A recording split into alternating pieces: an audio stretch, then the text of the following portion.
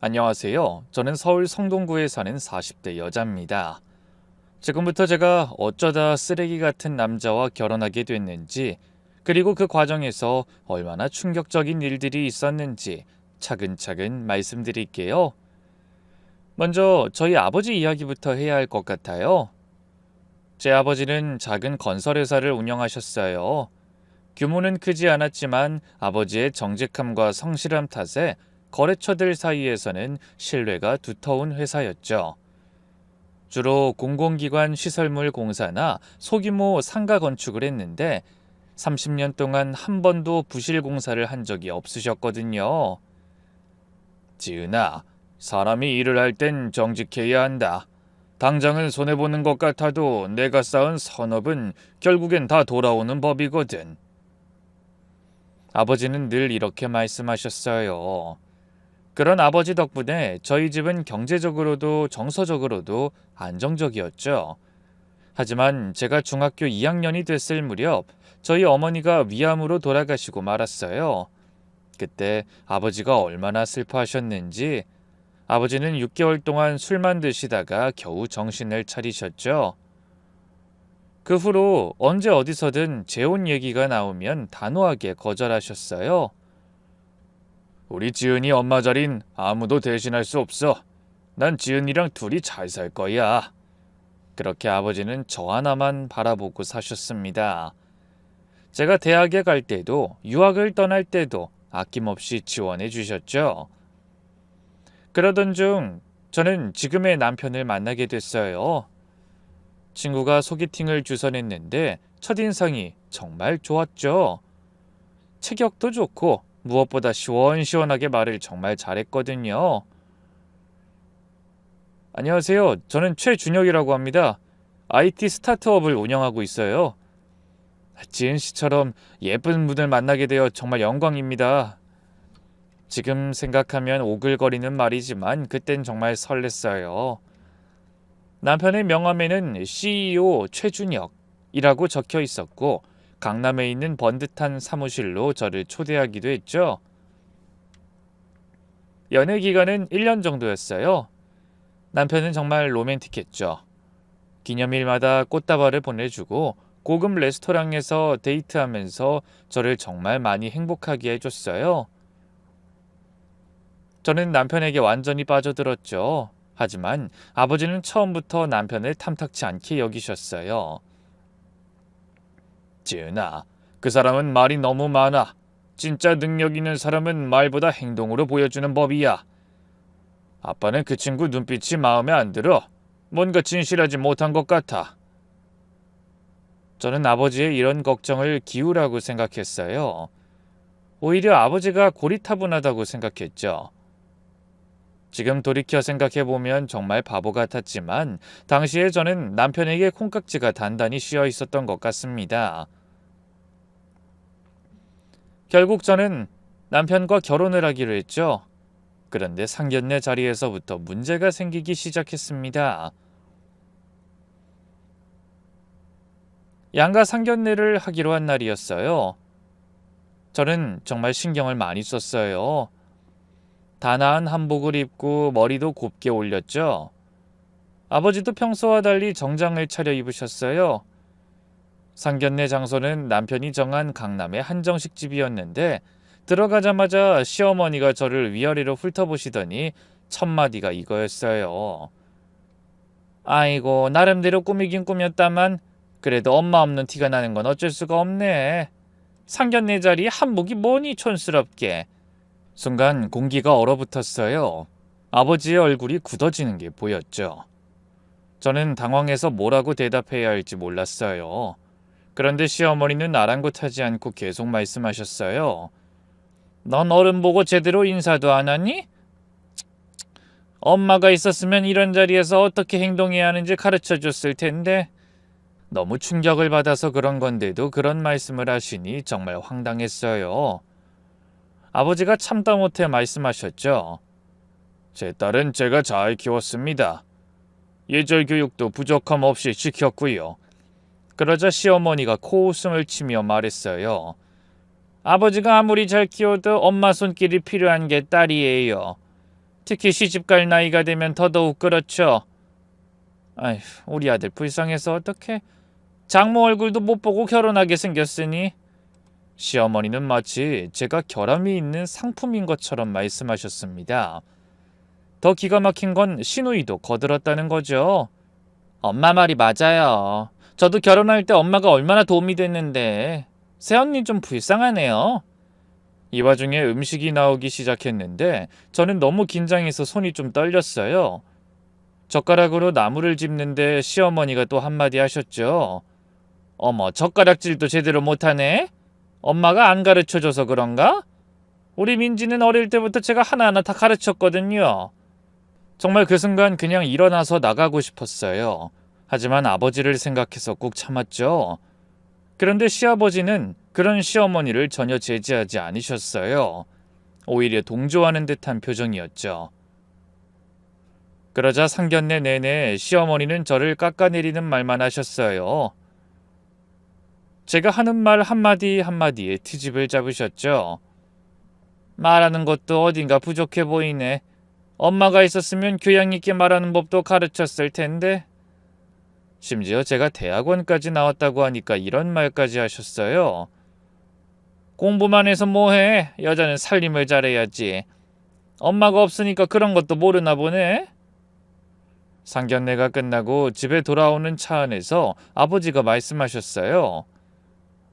지은아, 그 집안하고 결혼하지 마라. 저런 시어머니 밑에서 어떻게 살겠니?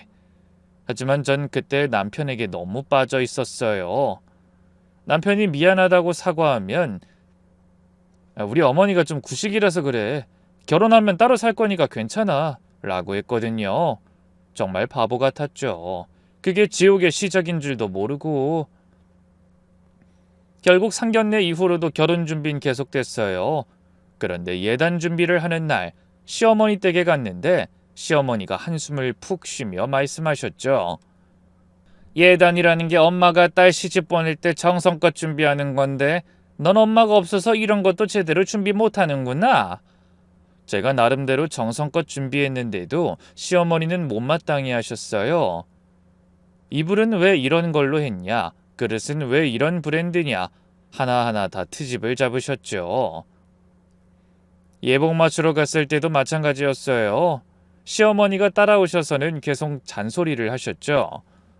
어머, 넌 무슨 애가 한복 입는 법도 모르니? 우리 민지는 어려서부터 내가 가르쳐서 완벽하게 하는데.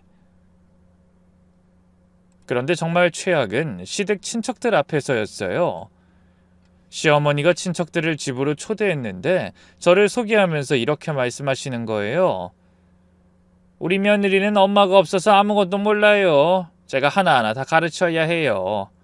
정말 그땐 결혼을 포기하고 싶었어요.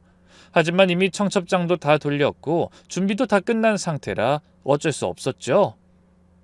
그러던 중 남편이 결혼만은 꼭 호텔에서 해야 한다고 고집을 피우기 시작하더군요.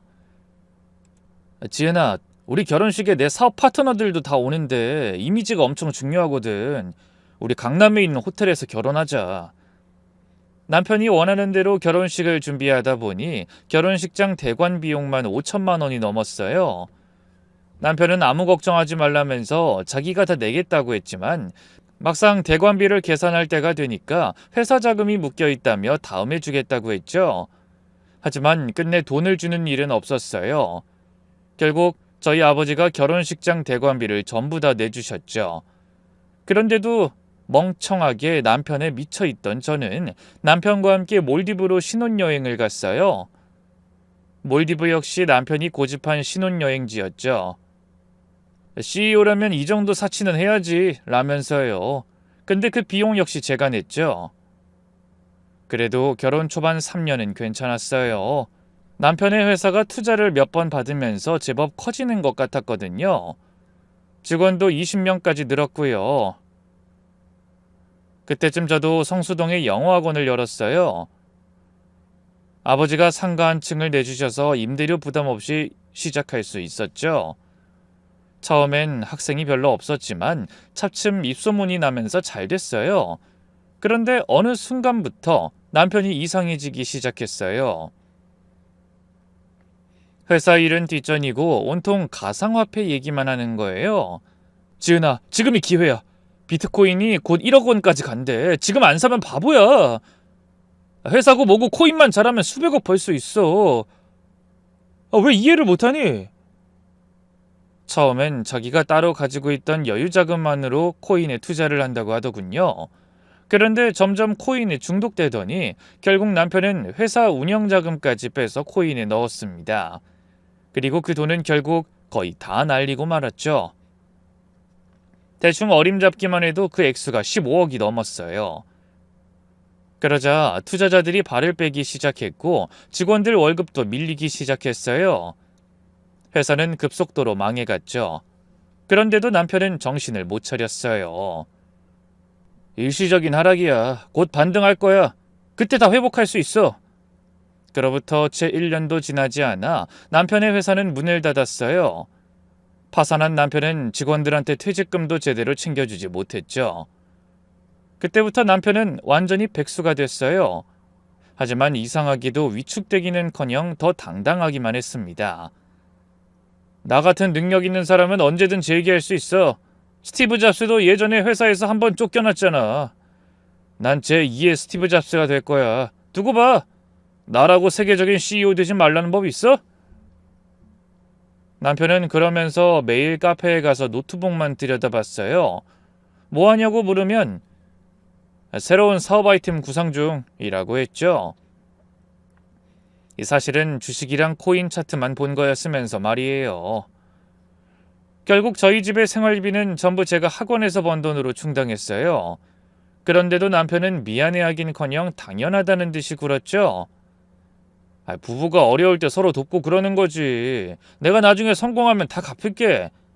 그러니까 당신은 아무 걱정하지 말고 나중에 사모님 소리 들을 준비나 해. 그런데 더 화나는 건 남편의 허세가 여전했다는 거예요. 다 망한 주제에 어디 가서 친구들을 만나면 여전히 CEO 최준혁이라고 자신을 소개했고 비싼 명품 옷만 고집했어요. 이미지 관리 안 하면 아무도 나한테 투자 안 해. 초라해 보면 끝이야. 남편은 그런 이해할 수 없는 주장을 하며 골프까지 치기 시작했어요. 한 달에 두세 번은 꼭 필드에 나가며 수백만 원씩 써댔죠. 물론 그 비용도 다 제가 댔고요. 그 와중에 저는 임신을 하게 되었고 기쁜 마음에 시댁에 알렸는데 시어머니는 임신 기간 내내 저를 더 괴롭히셨어요. 넌 엄마가 없으니까 임신했을 때 뭘 먹어야 하는지도 모르지? 너 태교는 제대로 하고 있는 거니? 입덧이 심해서 고생할 때도 위로는커녕 비난만 하셨죠. 친정엄마가 있었으면 입덧할 때 어떻게 하면 좋은지 알려줬을 텐데 아유 불쌍해서 어떡해? 그러면서도 본인은 전혀 도와주지 않으셨죠. 출산이 가까워지자 더 심해졌어요.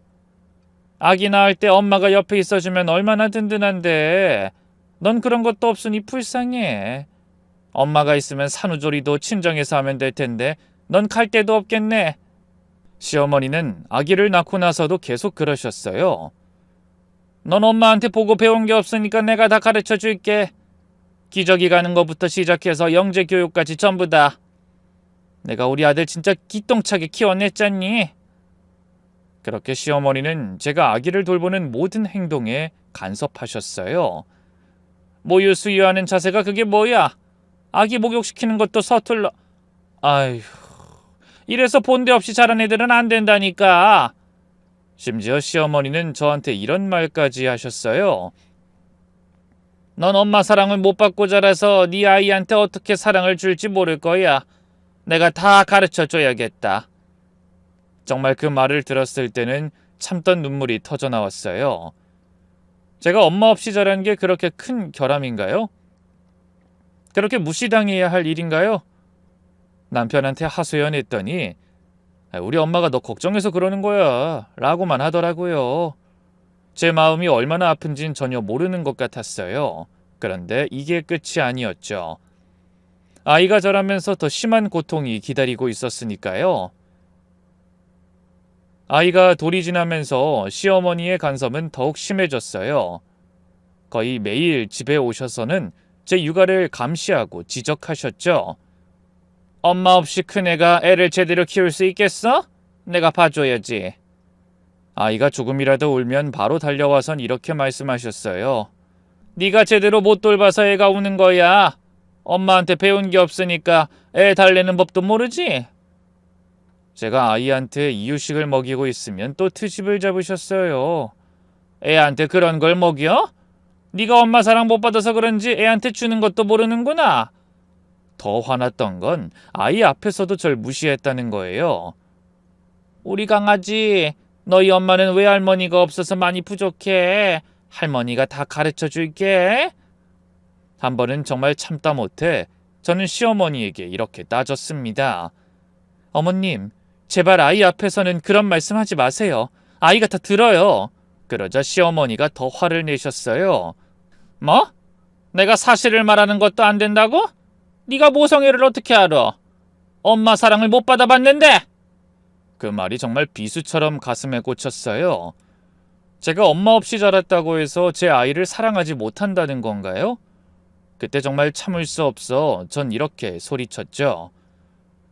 제발 그만하세요. 제가 엄마 없이 자란 게 그렇게 큰 죄인가요? 저도 제 아이 잘 키울 수 있어요. 하지만 시어머니는 코웃음만 치며 말했죠. 하, 역시 엄마가 없으니까 버릇이 없구나. 어딜 감히 시어머니한테 눈을 부라려? 야, 네 엄마가 너 이따위로 가르쳤니? 어? 그날 이후로 저는 시어머니와 거리를 두기 시작했어요. 하지만 남편은 여전히 엄마 편이었죠. 남편은 우리 엄마가 손주 걱정해서 그러는 거야 라고만 했어요. 저는 그때부터 이혼을 진지하게 생각하기 시작했습니다. 그때까지만 해도 남편은 여전히 백수였거든요. 시간이 지나도 남편이 회생할 기미는 눈꼽만큼도 보이지 않았고 어느새 40대 중반이 되다 보니 남편은 조급해지기 시작했죠. 그러더니 어느 날 갑자기 이런 말을 했어요. 여보, 내가 정말 좋은 사업 아이템 찾았어. 이번엔 진짜야. 근데 초기 자금이 필요해. 한 3억 정도? 그 정도면 충분할 것 같아. 일단 3억으로 시작하기만 하면 1년 안에 무조건 10배는 만들 수 있어. 저는 어이가 없었어요. 우리한테 3억이 어딨다고? 그러자 남편이 드디어 본색을 드러내기 시작했죠. 장인어른한테 부탁해봐. 장인어른도 나처럼 사업하시는 분이니까 내 사정 충분히 이해해 주실 거야. 미쳤어? 우리가 무슨 염치로 아빠한테 돈을 빌려? 저는 딱 잘라 거절했지만 남편은 집요하게 저를 설득했어요. 매일같이 사업계획서를 들이밀고 수익 예측 자료를 보여주고 심지어 무릎까지 꿇었죠.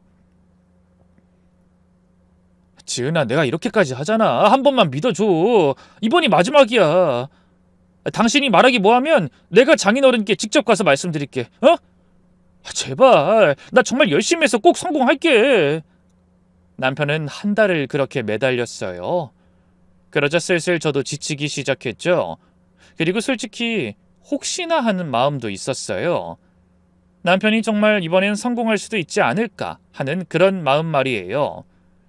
결국 저는 아버지께 남편을 한 번만 도와주시면 안 되냐고 어렵게 말씀드렸어요. 아버지는 한참을 말없이 계시다 한숨을 푹 쉬셨죠.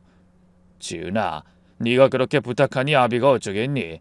하지만 이게 정말 마지막이다. 그리고 차용증은 제대로 써놓고 공증도 받아라. 사업이 잘 안 되면 어떻게든 갚아야 한다. 결국 아버지는 3억을 남편의 계좌로 보내주셨어요. 차용증도 작성했고 공증도 받았지만 이자는 따로 안 받기로 했죠. 아버지의 배려였어요. 그런데 돈을 받자마자 남편은 180도 변했어요. 갑자기 여유만만해졌죠. 그러더니 며칠 후 난데없이 새 차를 끌고 왔어요. 중고긴 하지만 비싼 독일산 외제차였죠. 여보, 갑자기 이게 무슨 차야? 이거? 사업하려면 차도 있어야지. 사업하는 사람한텐 이미지가 생명이라니까. 걱정 마, 아주 싸게 샀으니까. 싸게 샀다고 해도 5천만 원은 넘었을 거예요. 그 돈이면 사업 자금으로 써야 하는 거 아닌가요? 더 기가 막힌 건 시어머니의 태도였어요. 제가 아버지께 돈 빌린 걸 어떻게 하셨는지 갑자기 저한테 연락을 자주 하기 시작하는 거예요. 아가, 너희 요즘 어떻게 지내니? 우리 준혁이가 그러는데 사업 시작했다며? 네, 어머님. 이제 막 시작했어요. 그래, 잘 될 거야. 근데 아가, 내가 부탁이 하나 있는데, 나 가방 하나만 사주면 안 되겠니? 아니, 그 내 친구들은 다 좋은 거 들고 다니는데 나만 없어서. 그 샤넬 가방이 한 500만 원쯤 한다던데, 나 그거 하나만 사줄 수 없니? 어이가 없었지만 그래도 시어머니니까 하나 사드렸어요. 뭐 그 정도야 제가 버는 돈으로 좀 무리하면 사드릴 수 있었으니까요. 그런데 시누이는 더했어요. 백수로 집에서 팽팽 놀던 여자가 갑자기 무슨 바람이 든 건지 자기도 사업을 하겠다고 나선 거예요. 새언니, 나도 이제 뭐라도 해야 할 것 같아요. 옷가게 하나 차리려고 하는데 좀 도와줄 수 없어? 오빠한테 들으니까 새언니 아버지가 그렇게 부자시라면서? 우리 가족 아니야? 조금만 투자해줘. 정말 뻔뻔했어요. 남의 친정재산을 자기네 것처럼 생각하는 그 심보가 너무 역겨웠죠. 이 와중에 제 남편은 3억을 받고도 사업은 시작조차 하지 않고 있었습니다. 남편은 매일 집에서 빈둥거리면서 컴퓨터만 봤죠. 여보, 사업 준비는 어떻게 되고 있어? 지금 시장 조사 중이야. 타이밍이 중요해. 조급하면 망해. 하지만 한 달이 지나고 두 달이 지나도 남편은 놀기만 했어요. 그러던 어느 날 남편의 통장을 우연히 봤는데 잔액이 1억도 안 남아있는 게 아니겠어요? 깜짝 놀란 저는 남편을 다그치기 시작했죠. 여보, 이게 어떻게 된 거야? 왜 통장에 1억밖에 없어? 2억은 어디 갔어? 아, 그게 일단 코인에 좀 넣었어. 곧 오를 것 같아서. 그리고 일부는 주식에 투자했고. 뭐? 미쳤어? 그 돈은 사업자금이잖아. 아, 진정해. 곧 2배로 불릴 거야. 그럼 6억으로 사업 시작하는 거지. 그럼 나도 좋고 당신도 좋고 다 좋은 일이잖아. 순간 정말 할 말을 잃었어요. 하지만 이건 시작에 불과했죠. 진짜 지옥은 아버지가 돌아가시면서 시작됐으니까요. 2023년 11월 23일, 그날은 평범한 목요일이었어요. 저는 학원에서 수업을 하고 있었고 남편은 여전히 집에서 컴퓨터만 보고 있었겠죠. 그런데 갑자기 아버지 회사 김 부장님한테 전화가 왔어요. 에이, 지은아, 지금 당장 병원으로 와. 사장님 쓰러지셨어. 순간 머리가 하얘졌어요. 손이 떨려서 휴대폰을 떨어뜨릴 뻔했죠. 저는 부원장한테 부탁하고 곧바로 병원으로 달려갔어요. 그런데 병원에 도착했을 때 아버지는 이미 중환자실에 계셨어요. 뇌출혈이었죠. 의사 선생님은 상태가 매우 위중하다고 했어요. 최대한 노력하고 있지만 워낙 출혈이 심해서 마음의 준비를 하셔야 할 것 같습니다. 그 말을 듣는 순간 다리에 힘이 풀려서 주저앉을 뻔했어요. 김 부장님이 옆에서 저를 부축해 주셨죠. 저는 서둘러 남편에게 전화했어요. 그런데 남편은 전화를 안 받더라고요. 겨우 4번째에 받았는데 남편의 목소리엔 짜증이 있는 대로 섞여 있었죠. 아이씨, 왜 자꾸 전화해? 나 지금 중요한 거 보고 있는데. 아버지가 쓰러지셨어. 지금 중환자실이야. 빨리 와. 뭐? 장인어른이? 아이씨, 왜 하필 지금. 일단 알았어. 곧 갈게. 그런데 그 인간 2시간이 지나도 안 왔어요. 다시 전화하니까 이러는 거예요. 아직 준비 중이야. 그리고 지금 가봤자 뭐 할 수 있는 것도 없잖아. 정말 믿을 수가 없었어요. 3억을 빌려준 장인이 죽을지도 모르는 상황인데 준비가 뭐가 필요하다는 건지. 결국 남편이 병원에 도착한 건 밤 9시가 넘어서였어요. 그것도 술 냄새를 풍기면서 왔죠. 미안, 좀 늦었지? 아는 사람 만나서 잠깐 한잔했어. 지금 그게 중요해? 아버지가 이런 상황인데 술을 마셔? 아니, 이미 벌어진 일 가지고 뭘 그래. 의사가 최선을 다했겠지. 정말 그때 남편 얼굴에 주먹을 날리고 싶었어요. 하지만 병원이니까 참았죠. 중환자실 면회 시간에 잠깐 아버지를 뵀어요. 아버지의 몸에는 기계가 잔뜩 연결돼 있었고 의식도 없으셨어요. 그런데 옆에서 남편이 중얼거리는 소리가 들렸어요. 내가 차용증 어디 뒀더라. 근데 죽은 사람한텐 돈 안 갚아도 되는 거 아닌가? 순간 소름이 돋았어요. 장인이 저런 상태인데 돈 걱정을 하고 있다니. 그때 처음으로 남편이 인간이 아니라는 생각이 들었죠. 사흘 동안 아버지는 의식을 회복하지 못하셨어요. 저는 병원에서 거의 살다시피 했죠. 그런데 남편은 하루에 한두 시간만 얼굴을 비추고는 바쁘다면서 바로 가버리기 일쑤였습니다. 그것도 제가 전화해서 오라고 해야 마지못해 오는 거였죠. 당신 지금 하는 일도 없는데 뭐가 그렇게 바빠? 아니 내가 여기 있어봤자 어차피 도움될 것도 없잖아. 더 화나는 건 시어머니랑 시누이는 아예 병원에 오지도 않았다는 거예요. 전화로 한마디만 했죠. 어머, 사돈이 그렇게 되셨어? 아유, 안 됐네. 근데 우리가 가봤자 뭐 별 수 있니? 마음만 전할게. 그로부터 3일 후 아버지는 결국 새벽에 돌아가시고 말았습니다. 아버지는 마지막까지 의식을 회복하지 못하셨죠. 저는 아버지의 차가운 손을 잡고 얼마나 울었는지 몰라요. 아빠 미안해요. 정말 미안해요. 아빠 말 들었어야 했는데. 전 그대로 정신줄을 놓아버렸습니다. 그래도 다행인 것은 아버지 회사 직원들이 다 와서 장례식 준비를 도와주셨다는 거였어요. 그런데 그때 제 남편은 뭘 했는 줄 아세요? 조문객들한테 명함을 돌렸어요. CEO 최준혁이라고 적힌 그 허세 가득한 명함을 말이죠. 제가 박 사장님 사위입니다. 앞으로 회사 일은 제가 도와드려야 할 것 같네요. 아버지 사업 파트너분들은 어이없어 하면서 절 쳐다봤어요. 저는 너무 창피해서 고개를 들 수가 없었죠. 더 기가 막힌 건 장례식장 한 구석에서 남편이 시누이랑 나누던 대화였는데 지금 생각해도 정말 치 떨리는 내용이었죠. 그럼 이제 새언니가 재산 다 물려받는 거야? 이제 지연이가 다 상속받겠지. 집이랑 건물이랑. 근데 그럼 오빠가 빌렸다던 돈은? 그거 차용증까지 썼다며. 아이 걱정 마. 상속받으면 빚도 같이 상속되는 거니까 안 갚아도 돼. 그 순간 저는 남편과 이혼해야겠다는 생각이 처음 들었어요. 그런데 시어머니는 더 가관이었어요. 글쎄 부의금 봉투를 슬쩍 보더니 이렇게 중얼거리는 게 아니겠어요? 저 정도 돈이면 장례비는 충분하겠네. 남는 건 우리가 좀 가져다 써도 되나? 어머니 지금 무슨 말씀하시는 거예요? 아니 그냥 요즘 그 물가가 비싸서 말이야. 심지어 시어머니는 아버지가 돌아가셨으니 이제 저는 정말 완전히 고아가 된 거라면서 저를 노골적으로 무시하기 시작하더군요. 더군다나 시어머니는 장례식 내내 이런 말도 하셨죠. 이제 우리 준혁이가 집안 기둥이야. 그러니까 너는 네 아빠 재산 빨리 정리해서 우리 준영이 사업 자금으로 쓰렴. 죽은 사람 재산 묵혀두면 뭐해? 시누이도 마찬가지였어요. 이제 새언님 갈 곳도 없으니까 우리한테 잘해야 해요. 부모님도 다 안 계시니까.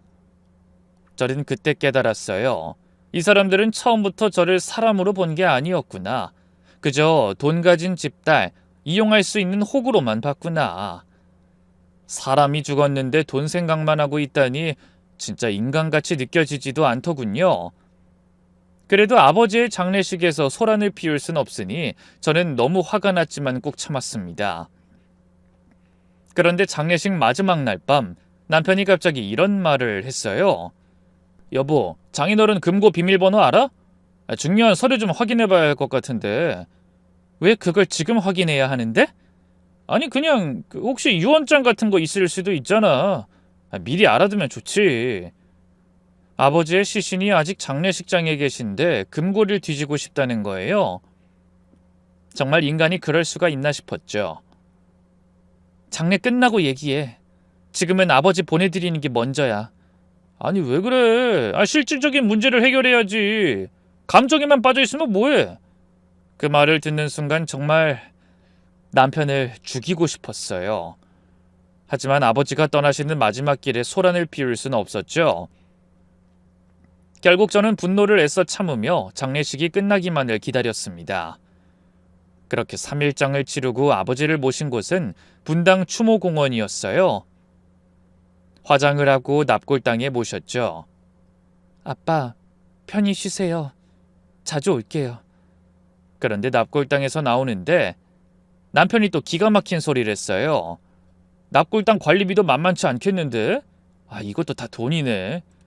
정말 그땐 남편이 사람이 맞나 싶었어요.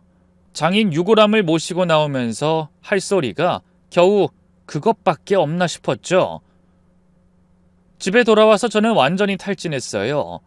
일주일 동안 제대로 자지도 먹지도 못했으니까요. 그런데 남편은 들어오자마자 이런 말을 했어요. 여보, 이제 상속 문제 정리해야지. 변호사 만나서 빨리 처리하자. 좀 쉬면 안 돼? 아버지 돌아가신 지 일주일도 안 됐어. 쉬는 건 나중에 해. 이런 거 빨리 처리하는 게 좋아. 세금 문제도 있고. 그러면서 벌써 상속세가 얼마나 나올지 계산기를 두드리고 있었어요. 집이랑 건물 시세가 20억 정도니까 상속세 빼고도 10억은 남겠네. 그리고 3억은 그냥 안 갚아도 되는 거지? 뭐? 그게 무슨 소리야? 뭐가? 이제 돈 갚을 필요 없잖아. 장인어른 돌아가셨으니까. 순간 저는 머리를 망치로 맞은 것 같았어요. 이 인간이 정말로 3억을 떼먹을 생각을 하고 있구나 싶었죠. 차용증도 있고 공증도 받았어. 그 돈은 갚아야 해. 왜 흥분해? 그리고 장인어른도 이미 돌아가신 마당에 누구한테 뭘 갚으라는 건데. 뭐 당신한테 갚으라고? 에이, 뭐 가족끼리 그런 게 어딨어.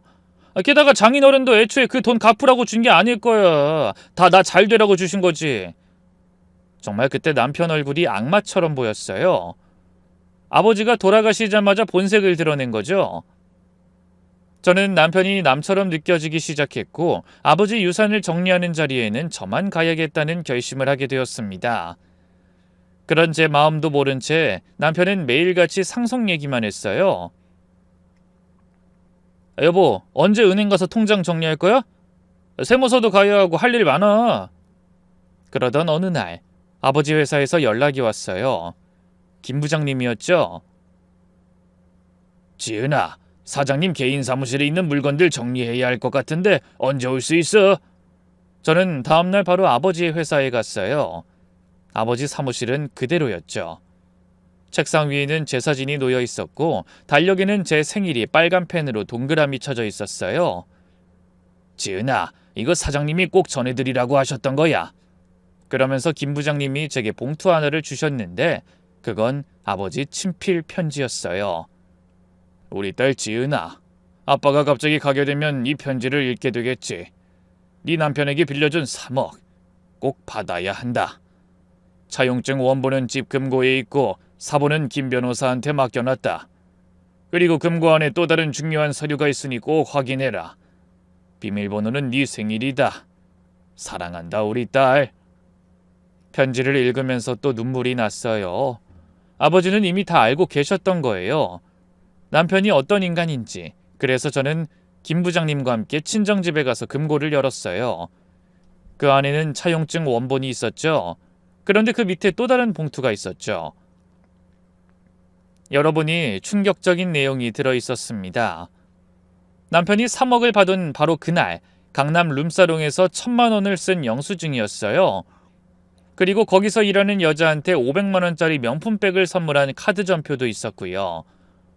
어떻게 이걸 구하셨는지 아마 김 부장님이 미행을 시킨 것 같았어요. 그런데 더 충격적인 건 그 다음 서류였죠. 남편이 그 룸사롱 여자랑 주고받은 문자 내용을 프린트한 거였는데 자기야 오늘 선물 고마워. 별거 아니야. 곧 더 좋은 걸로 사줄게. 장인이 돈 많아서 걱정 없어. 진짜? 대박. 근데 와이프는 모르는 거지? 당연하지. 그 바보가 뭘 알아. 나중에 상속받으면 너한테 집 하나 사줄게. 장인 빨리 죽었으면 좋겠다. 마지막 문장을 읽는 순간 온몸이 떨렸어요. 제 남편이 제 아버지가 빨리 죽길 바랬다니. 그런데 그보다 더 충격적인 사실이 절 기다리고 있었습니다. 금고 속에서 발견한 아버지의 일기 속에 글쎄 아버지가 쓰러지시기 전날 남편이 아버지를 만났다는 내용이 적혀있던 겁니다. 준혁이가 또 돈을 요구했다. 5억을 더 빌려달라고. 거절하자 협박 비슷한 말을 했다. 지은이한텐 말하지 말아야겠다. 순간 머리가 하얘졌어요. 남편이 아버지한테 또 돈을 요구했다고? 그것도 5억을? 저는 바로 김 부장님에게 물어봤어요. 혹시 남편이 회사에 왔었나요? 그러자 김 부장님이 한숨을 쉬면서 말씀하셨죠. 사실 지은이 네 남편이 회사에 왔다가 회장님이랑 크게 싸우는 것 같았어. 다음날 보니까 회장님 얼굴이 새빨갛게 되셔서 우리가 얼른 119 부른 거고. 남편이 뭐라고 했는데요? 정확hin 모르겠지만 장인이 죽으면 다 제 거 아닙니까? 이런 말이 들렸어. 회장님이 엄청 화내셨지. 그때 모든 퍼즐이 맞춰지는 느낌이었어요. 남편이 아버지를 그렇게 자극해서 그래서 아버지가 돌아가신 거였구나. 저는 분노에 휩싸인 채 집에 돌아와 남편한테 따지기 시작했어요. 당신 아버지 회사에 갔었어? 남편이 순간 당황하는 게 보였어요. 잠깐 들렸지. 안부 인사하러. 안부 인사? 5억 더 빌려달라고 했다면서? 누가 그런 소리를 해? 그런 적 없어. 거짓말하지 마. 아버지가 다 적어놨어. 당신이 협박했다고. 그러자 남편이 갑자기 적반하장으로 나왔어요. 그래 했다. 그래서 어쩔 건데? 사업하는 사람이 돈이 필요하면 빌리는 거지. 가족한테 그 정도 부탁도 못해? 우리 아버지 당신 때문에 혈압이 올라서 돌아가신 거잖아. 당신 말 진짜 웃기게 하네. 그게 왜 내 잘못이야? 그리고 장인어른은 원래 혈압 있으셨잖아. 정말 그 순간 이 인간이 간접적으로 아버지를 죽인 거나 다름없다는 생각이 들었어요. 그날부터 저는 남편의 모든 행동을 의심하기 시작했어요. 그리고 며칠 후 우연히 남편 차에서 주차 영수증을 발견했는데 강남 호텔 주차장이었어요. 날짜를 보니 아버지 장례식 기간이었죠. 저는 즉시 호텔에 전화해서 남편이 그날 호텔에 간 게 맞는지 확인해 봤어요. 호텔 직원은 처음엔 말해줄 수 없다고 했지만 제가 제 사정을 이야기하며 간곡하게 부탁하자 결국 그날 남편 이름으로 룸이 예약되어 있었다는 사실을 말해줬죠. 투숙객은 2명이었다는 사실과 함께 말입니다. 이 미친 인간이 장인 장례식 기간에 불륜녀랑 호텔에 있었던 거예요. 제가 장례식장에서 밤을 새우고 있을 때 이 인간은 불륜녀를 물고 빨고 있었던 거죠. 그리고 결정적으로 아버지가 들어놓은 보험이 있었는데 그 보험 증서가 사라진 걸 발견했어요. 혹시나 해서 보험사에 전화해봤더니 그 보험은 수익자가 최근에 변경되었습니다. 최준영님으로요.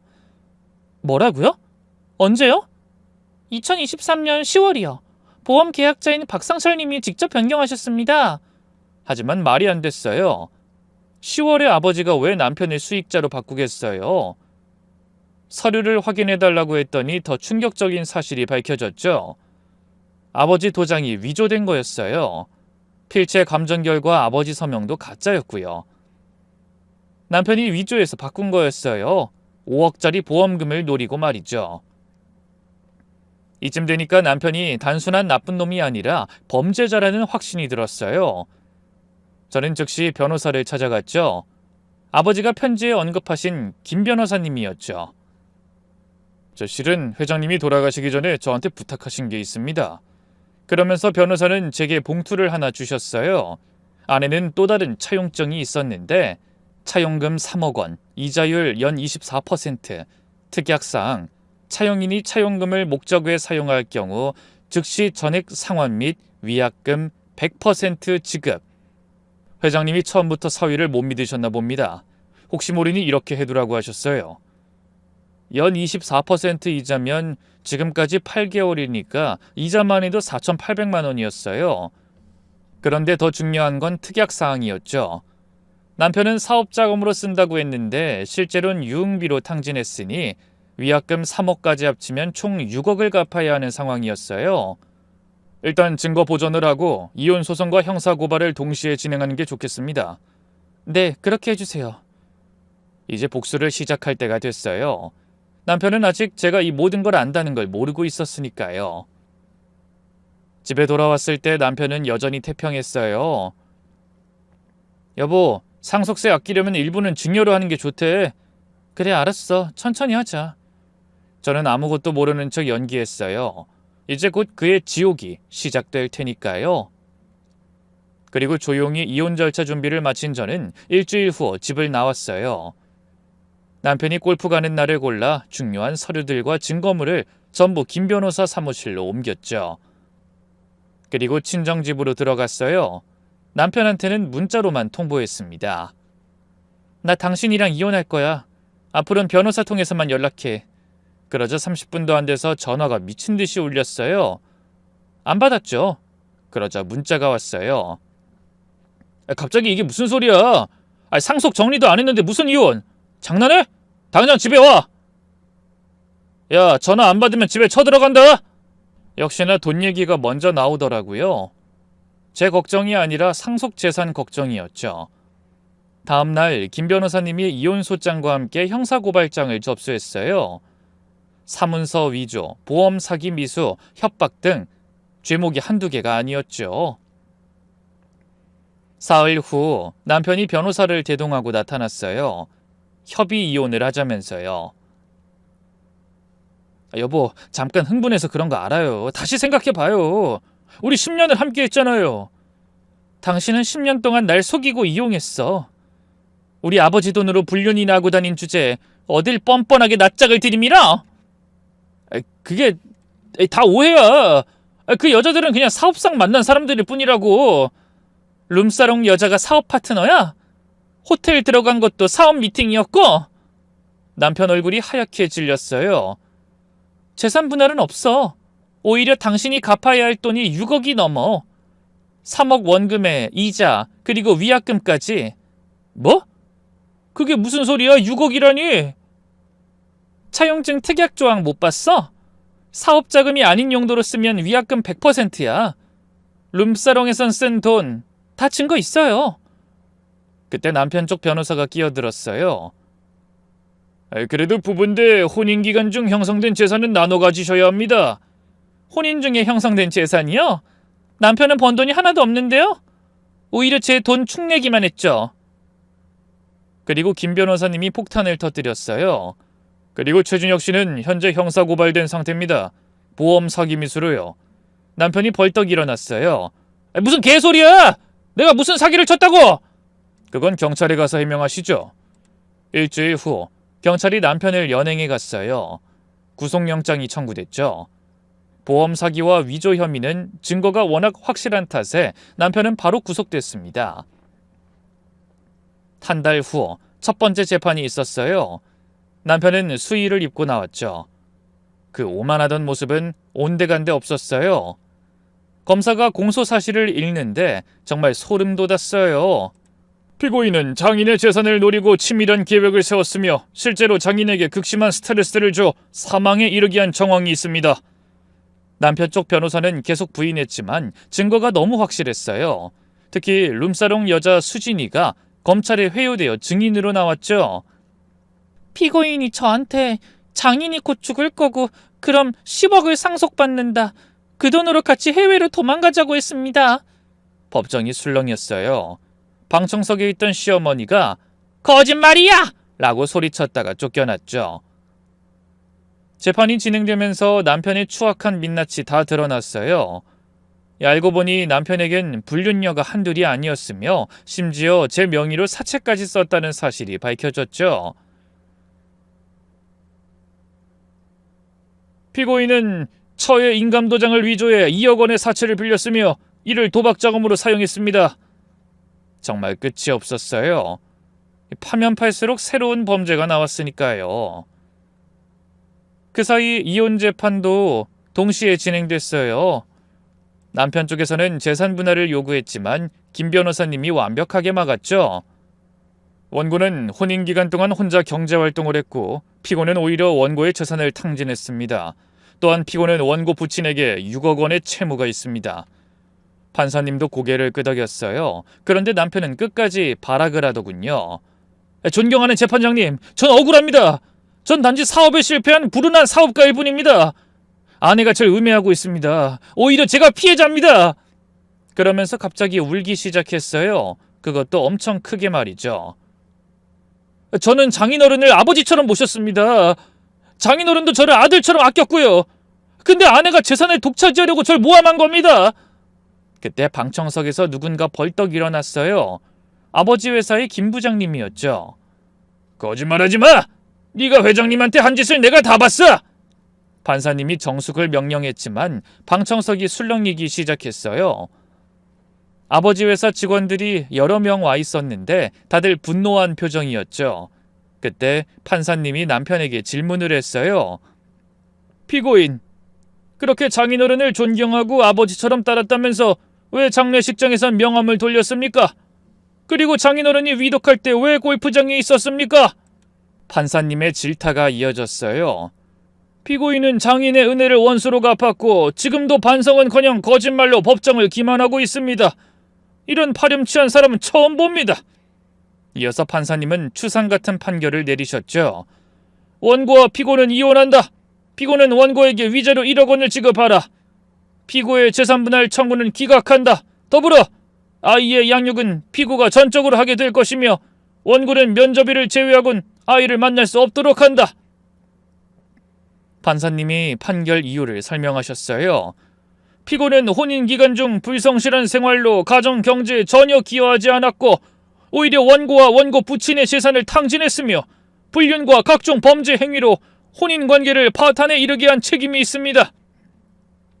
그리고 가장 중요한 부분이었죠. 피고가 원고 부친에게 진 채무 3억 원은 상속 재산에서 공제되며 특약조항에 따른 이자와 위약금을 포함해 총 6억 2천만 원을 원고에게 지급해야 합니다. 법정을 나오면서 김 변호사님이 축하해 주셨어요. 고생 많으셨습니다. 이제 새 출발할 수 있겠네요. 그런데 남편은 감옥에 있는 상태라 당장 돈을 받을 수 없었어요. 강제 집행을 해야 할 것 같습니다. 남편 명의 재산을 찾아봐야겠네요. 조사 결과 남편 명의로 된 건 거의 없었어요. 하지만 숨겨둔 것들이 하나둘 발견됐죠. 알고 보니 남편은 저 몰래 골프 회원권 3개도 만들어 두고 강남에 작은 오피스텔도 하나 사뒀더군요.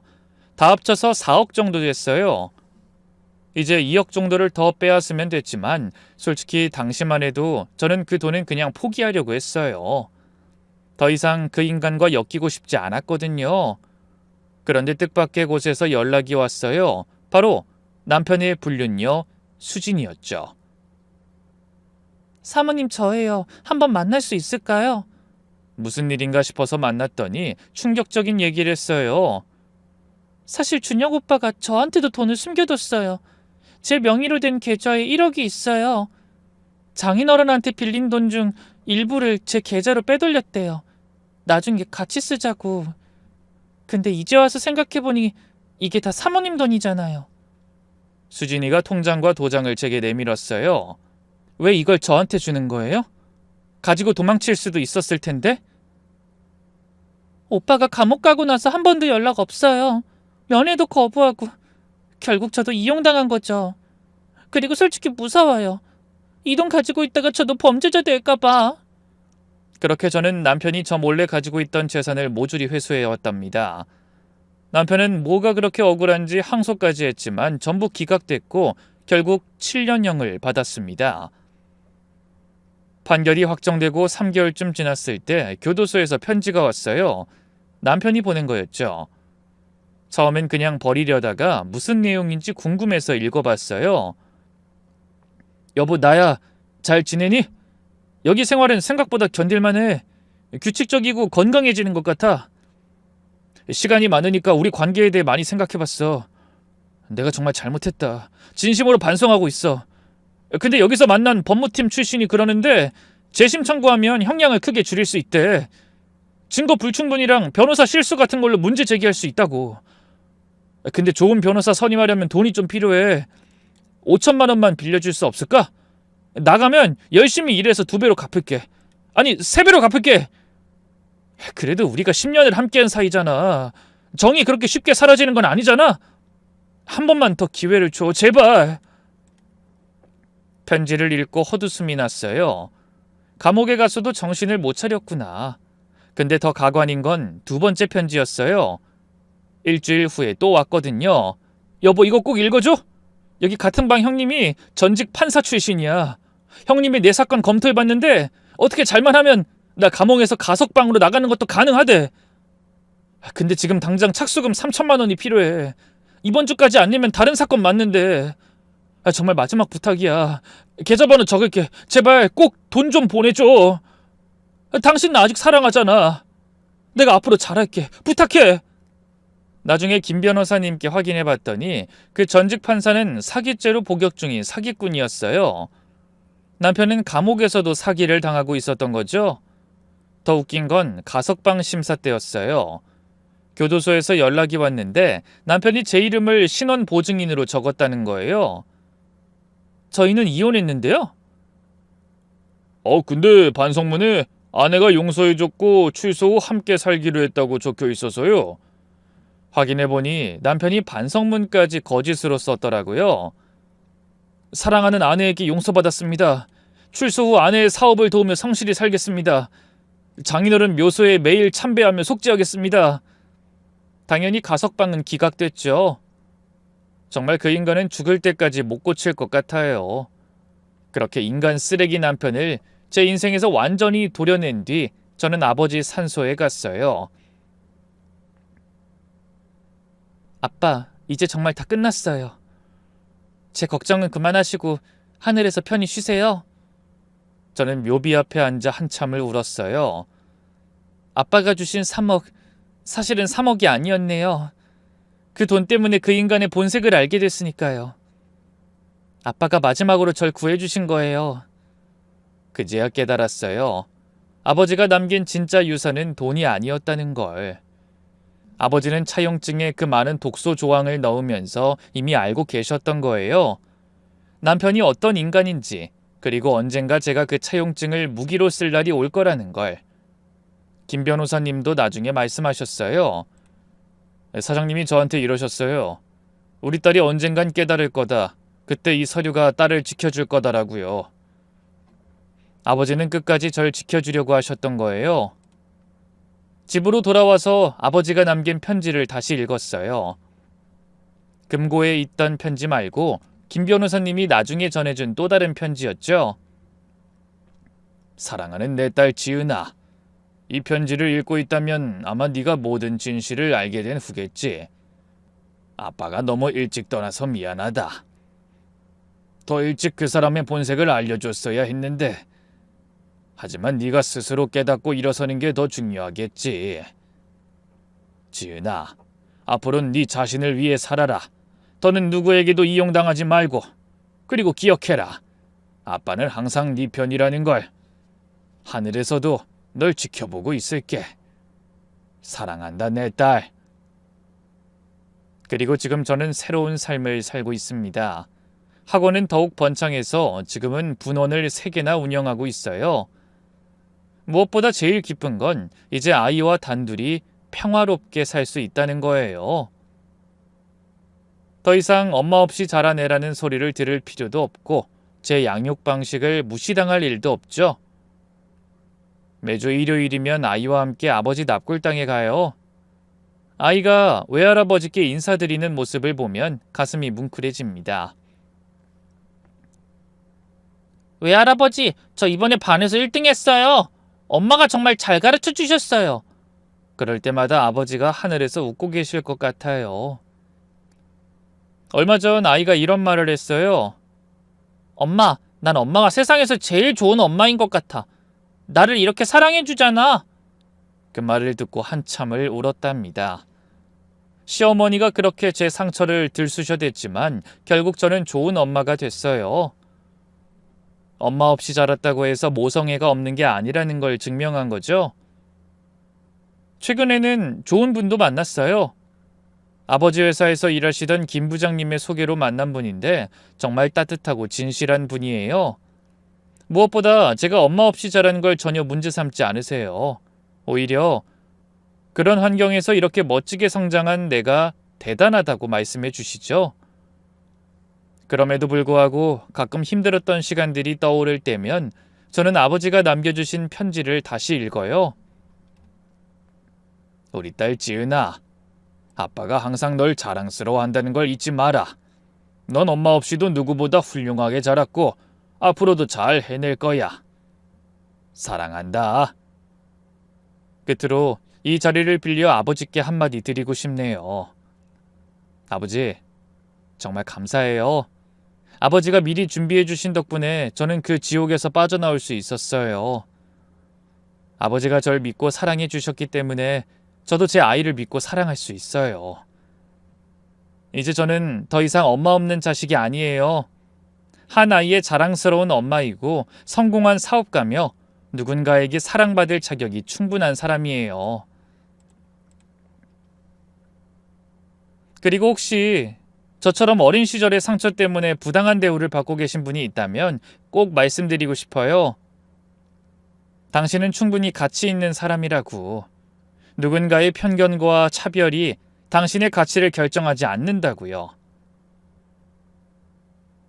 여기까지 최악의 시어머니와 남편을 만났지만 결국 이겨낸 저의 이야기였습니다. 들어주신 모든 분들 정말 감사합니다.